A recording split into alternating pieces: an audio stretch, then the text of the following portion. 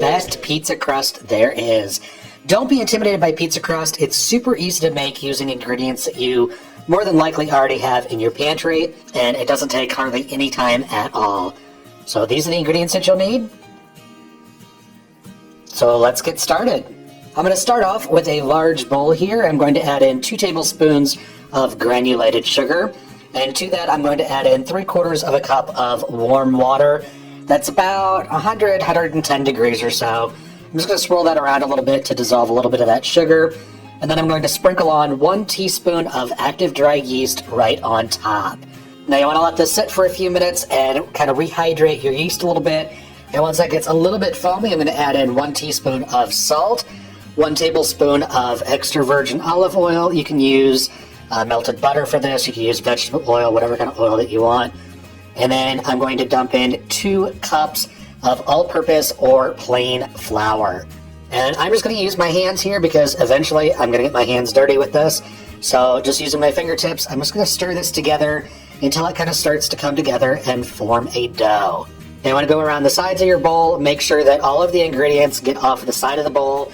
Ultimately, you want to make sure that everything gets incorporated into your dough.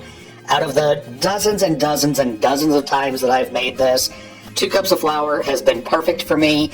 It always works with exactly 2 cups. I never need any less, I never need any more. It just somehow, some way with this recipe, it just works out every time. Now once it generally starts to come together and form a dough, you want to turn that out onto your countertop, get all that dough off of your hands, and then just start kneading this. You don't have to knead this for any length of time. Really all you want to do is knead this together until it forms a nice smooth dough. It doesn't have to be, smooth as baby's butt smooth. You just want to make sure that everything is incorporated.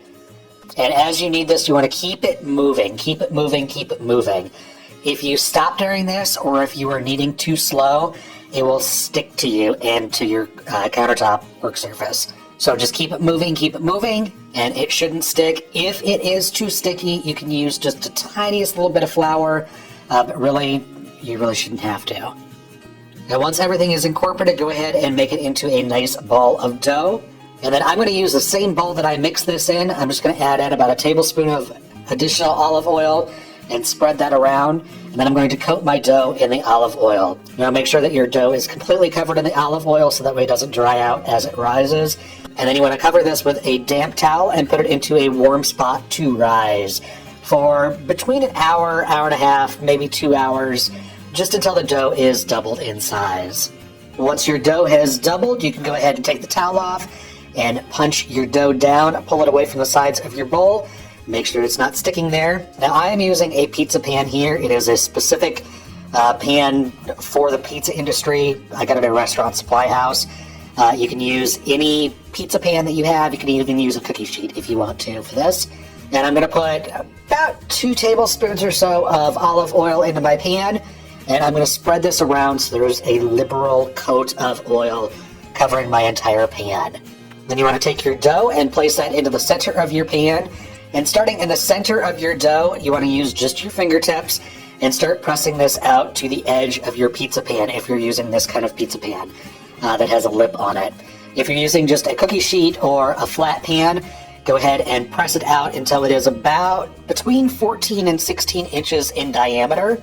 And as you're pressing this out, you just want to use your fingertips here and kind of build yourself up a crust around the outside. But if you're using one of these specialty pizza pans, go ahead and use your fingertips again and press the dough down into the corner of the pan. And then I'm going to go ahead and dock my crust.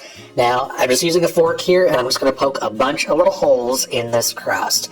Now, it seems kind of counterintuitive to, punch a bunch of holes in this, but basically what this is going to do is prevent my crust from getting ultra poofy. And ultimately, it just makes a nicer crust. And then from here, you can pretty much top your pizza with whatever you want. Go ahead and use pizza sauce. After the pizza sauce, typically you do cheese and then the rest of your toppings, and bake this in a preheated oven at 450 degrees Fahrenheit for about 12, maybe 14 minutes. You want to make sure that your crust is nicely golden brown around the edges. You want to make sure that your cheese is melted on top. And then you can go ahead and cut up your pizza and serve it any way you wish. And that's really all there is to it, to making your very own homemade pizza crust. See, it's really not hard at all. So there you go. I hope you guys enjoy. If you did, be sure to give it a thumbs up. I would greatly appreciate it.